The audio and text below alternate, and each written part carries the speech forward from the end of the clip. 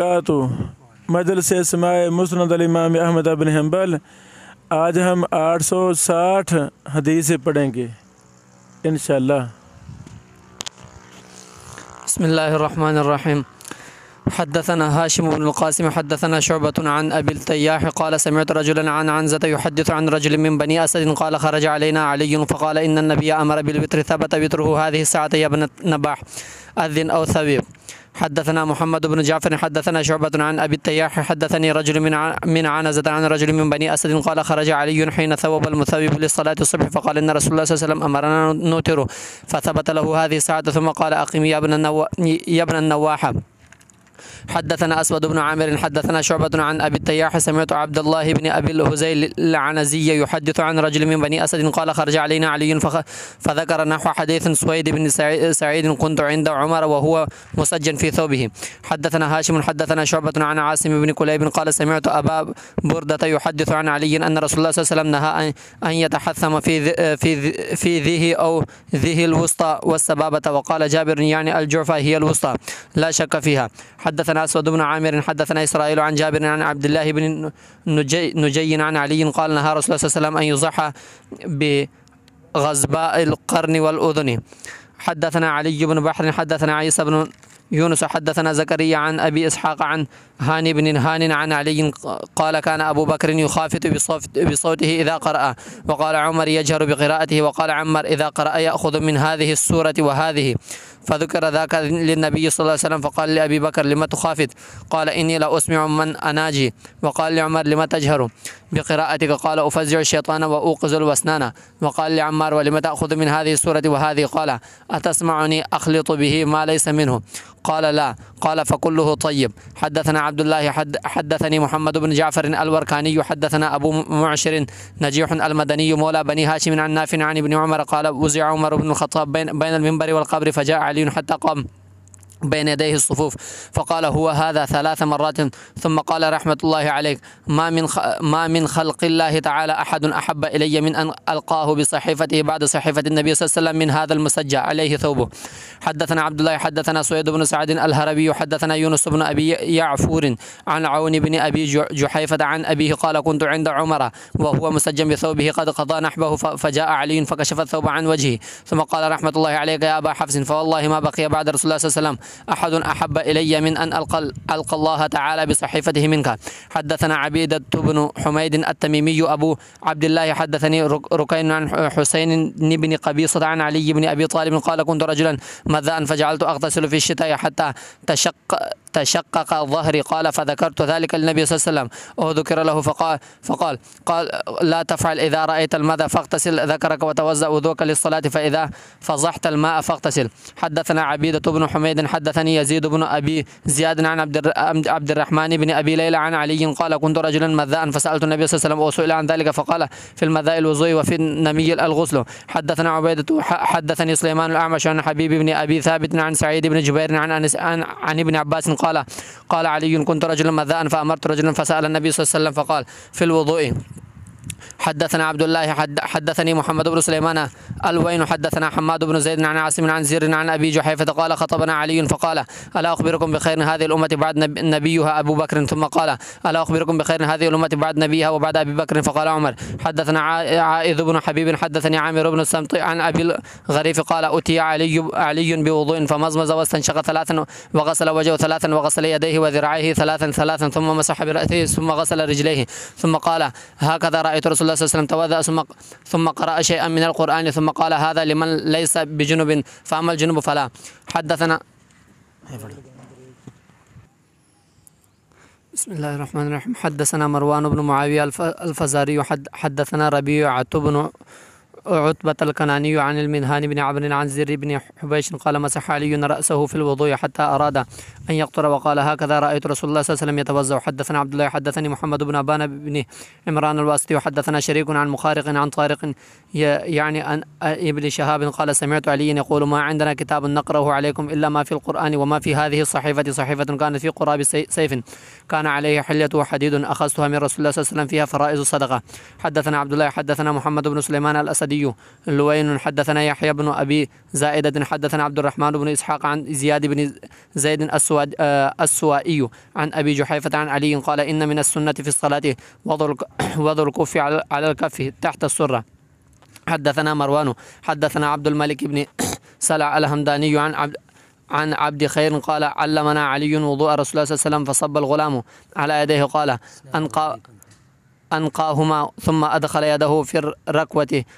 فمضمض واستنشق وغسل وجهه ثلاثا وذراعه إلى المرفقين ثلاثا ثم أدخل يده في الركوة فغمز أسفلها بيده ثم أخرجها فمسح بها الأخرى ثم مسح بكفه رأسه مرة ثم غسل رجليه إلى الكعبة ثلاثا ثم اغترف هنية من ماء بكفه فشرب ثم قال هكذا كان رسول الله صلى الله عليه وسلم يتوضأ. حدثنا علي بن بحر حدثنا عيسى بن يونس حدثنا زكريا عن أبي إسحاق عن عاصم بن زمرة عن علي قال قال رسول الله صلى الله عليه وسلم يا أهل القرآن أوتروا فإن الله عز وجل وتر يحب الوتر. حدثنا عبد الله حدثنا وهب بن بقية الواسطي أخبرنا خالد بن عبد الله عن بيان عن عامر عن أبي جحيفة قال علي بن أبي طالب ألا أخبركم بخير هذه الأمة بعد نبيها أبو بكر ثم عمر ثم رجل آخر. حدثنا يحيى بن آدم حدثنا مالك بن مغول عن حبيب بن أبي ثابت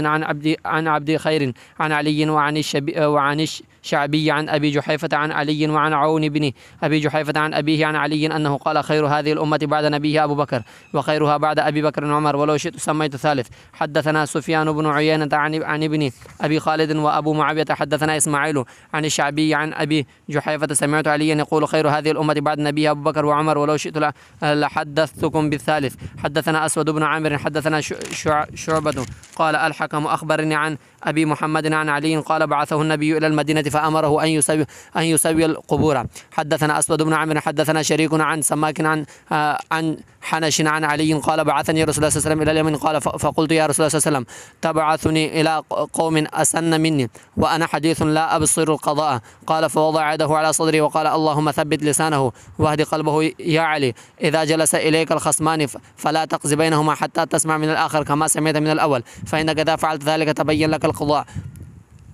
حدثنا أسود بن عامر حدثنا شريك عن الأعمش عن المنهال عن عباد بن عبد الله الأسودي عن علي قال لما نزلت هذه الآية وأنذر عشيرتك الأقربين قال جمع النبي صلى الله عليه وسلم من أهل مدينة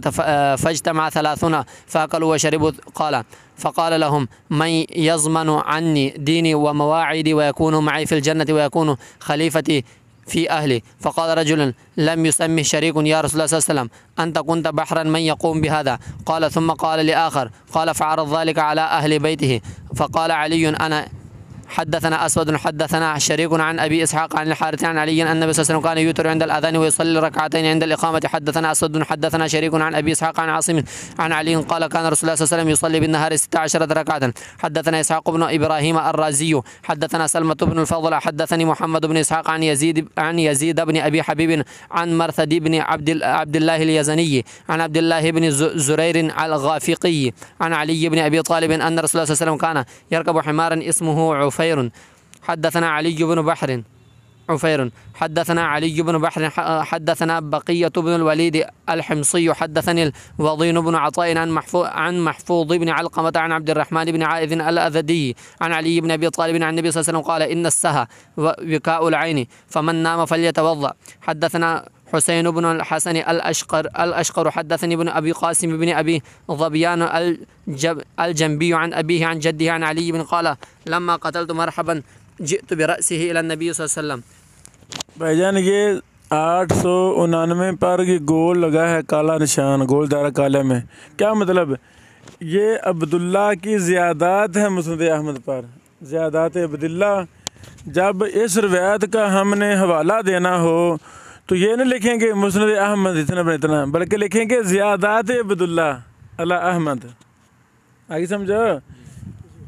ये और भी आगे भी निशान आएंगे। हाँ शाबाश, ये कौन मुराद है? ज़ियादात।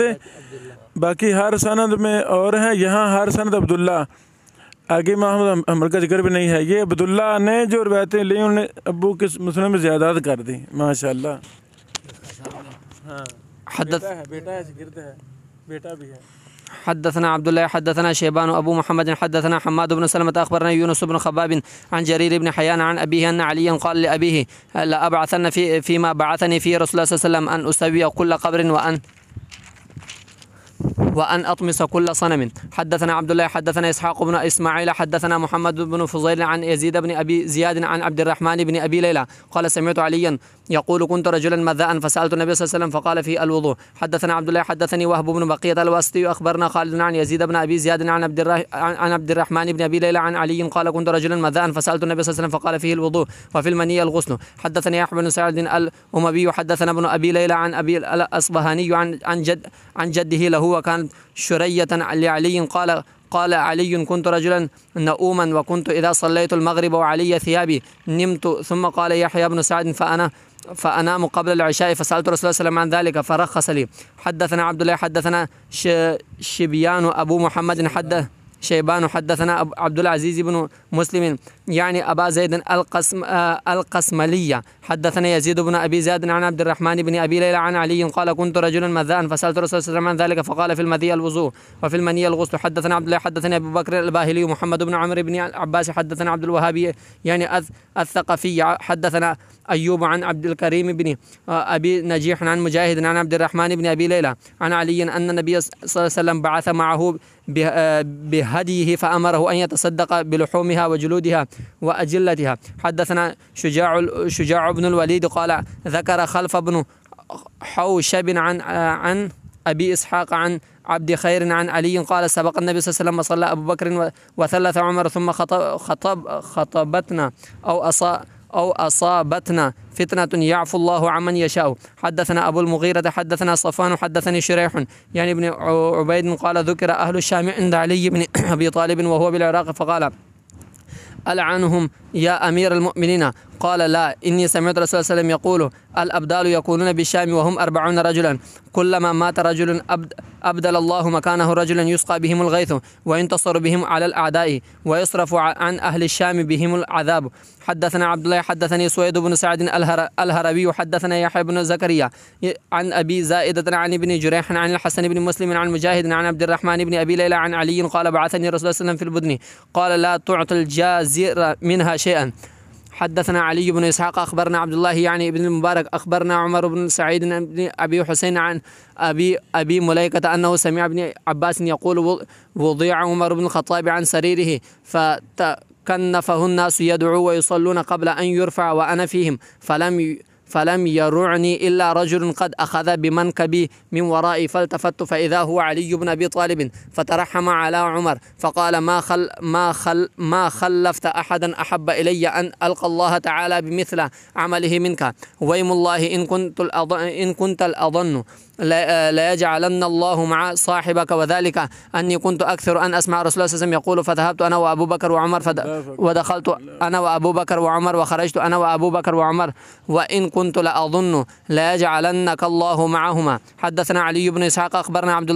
عبد الله أخبرنا يحيى بن أيوب عن عبيد الله بن زحر عن علي بن يزيد عن القاسم عن أبي أمامة أن علي بن أبي طالب أخبره أنه كان يأتي النبي صلى الله عليه وسلم قال فكنت إذا وجدته يصلي سبح فدخلت وإذا لم يكن يصلي أذن. حدثنا أبو اليمان أخبرنا شعيب عن الزهري أخبرني علي بن حسين أن حسين بن علي أخبره أن علي بن أبي طالب أخبره أن النبي صلى الله عليه وسلم طرف وفاطمة ابنة النبي ليلة فقال ألا تصليان فقلت يا رسول الله صلى الله عليه وسلم إنما أنفسنا بيد الله فإذا شاء أن يبعثنا بعثنا فانصرف حين قلت ذلك ولم يرجع إلي شيئا ثم سمعته وهو مؤل يضرب فخذه يقول وكان الإنسان أكثر شيء جدلا. हमारी 900 हदीसें मुकम्मल हुई कल हम आगे पढ़ेंगे इंशाअल्लाह। अल्लाह ताला कबूल फरमाए। बारक अल्लाह।